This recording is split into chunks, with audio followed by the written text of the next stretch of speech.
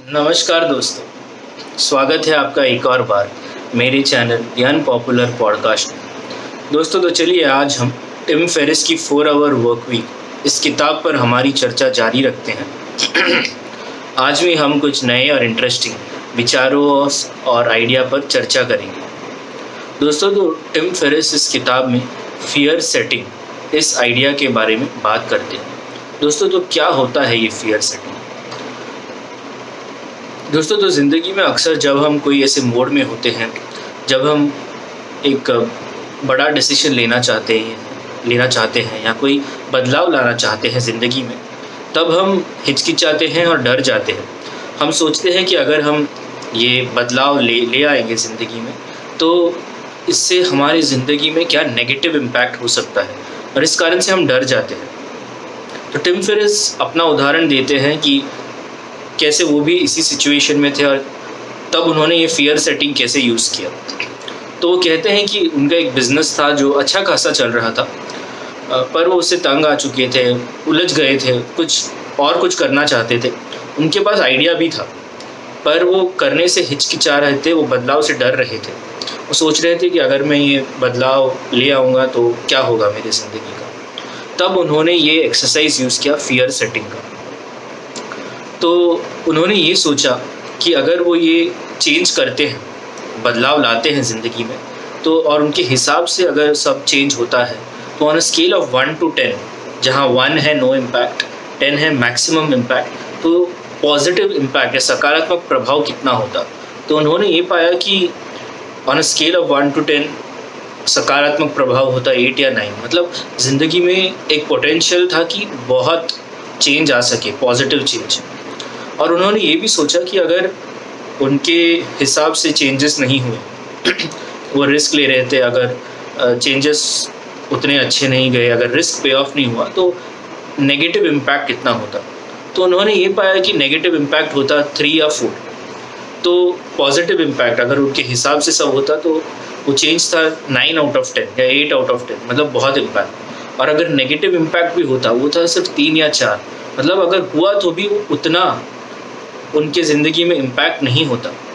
तो ये जब उन्होंने एक्सरसाइज यूज़ किया तब उन्हें हिम्मत मिली कि हाँ, ये चेंज जो है, ये बदलाव जो है, मुझे मेरे ज़िंदगी में कोशिश करना चाहिए, ये बदलाव ले आना चाहिए। दोस्तों और ज़िंदगी में अक्सर जब हम कोई बदलाव लाना चाहते हैं तो हम बहुत ओवरथिंक करते हैं कि हमें ज़िंदगी में क्या चाहिए, खुश रहने के लिए क्या चाहिए। तो इसी को आगे और इस थॉट प्रोसेस और इसको दर्शाने के लिए वो एग्जाम्पल देते हैं जॉन मार्क हैशे का। तो जॉन मार्क हैशे एक वॉलंटियर थे। वो हर देश में जाके गरीब लोगों की सेवा करते थे। तो एक बार वो घाना गए थे गरीब लोगों की मदद करने। उस टाइम में वहाँ एक कूडेटा या सिविल वॉर शुरू हो गया। तो ये एक तरीके से एक वर्स्ट केस सिचुएशन था, क्योंकि वहाँ रिसोर्सेज वैसे ही कम थे और ऐसे सिविल वॉर के दौरान बहुत केओस होता है, रिसोर्सेज और भी कम हो जाते हैं। बट उन्होंने दूसरे तरीके से देखा कि वो वहाँ आए थे लोगों की सहायता करने के लिए, और जब ऐसा वॉर होता है तब ऐसे सिचुएशंस के दौरान लोगों को और सहायता की ज़रूरत होती है। और उधर उन्हें खाने के लिए भी ठीक से कुछ मिलता नहीं था, सिर्फ दिन में कुछ एक सूप या पॉरेज मिलता था। पर वो जब ज़िंदगी में आगे गए और वो जब सोचते हैं उनके ज़िंदगी के बारे में, तब वो कहते हैं कि वो पल और जो मोमेंट्स उन्होंने वहाँ घाना में बिताए वॉर के बीच में, वो उनके सबसे मेमोरेबल मोमेंट्स में से एक है। तो ये एक्सपीरियंस में से उन्होंने ये सीखा कि ज़िंदगी में अक्सर खुश रहने के लिए हमें बड़ा घर या बहुत पैसा, जो हम सोचते हैं, ये सब नहीं चाहिए।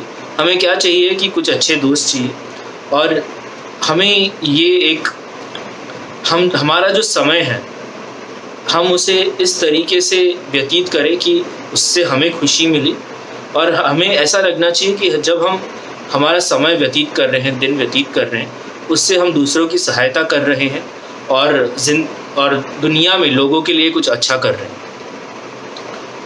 तो जब हमारे पास ऐसा एक अप्रोच होगा तो हम पाएंगे कि हम अक्सर ऐसा बहुत ओवरथिंक करते हैं कि हमें ज़िंदगी में क्या चाहिए, और हम पाएंगे कि अगर हमारे एक्सपेक्टेशंस के विरुद्ध भी अगर चीज़ होता है तो भी हम पाएंगे कि हमें खुश रहने के लिए ऐसे ज़्यादा कुछ नहीं चाहिए। तो बस हमें सिर्फ ये चाहिए कि हम हमारे समय का सदुपयोग करें, कुछ अच्छे दोस्त मिले, और अगर हम दुनिया में एक अच्छा पॉजिटिव इम्पैक्ट ला सकते हैं तो यही हमें चाहिए एक खुश ज़िंदगी के लिए। तो दोस्तों, ये रहे कुछ विचार टिम फेरिस की 4 आवर वर्क वीक से। मैं आशा करता हूँ कि ये सुनकर आज आपको कुछ नया सीखने मिला होगा। चलिए दोस्तों, अगले वीडियो तक आप आपका ख्याल रखिए, परिवार का ख्याल रखिए, दोस्तों का ख्याल रखिए। टेक केयर, थैंक यू, नमस्कार।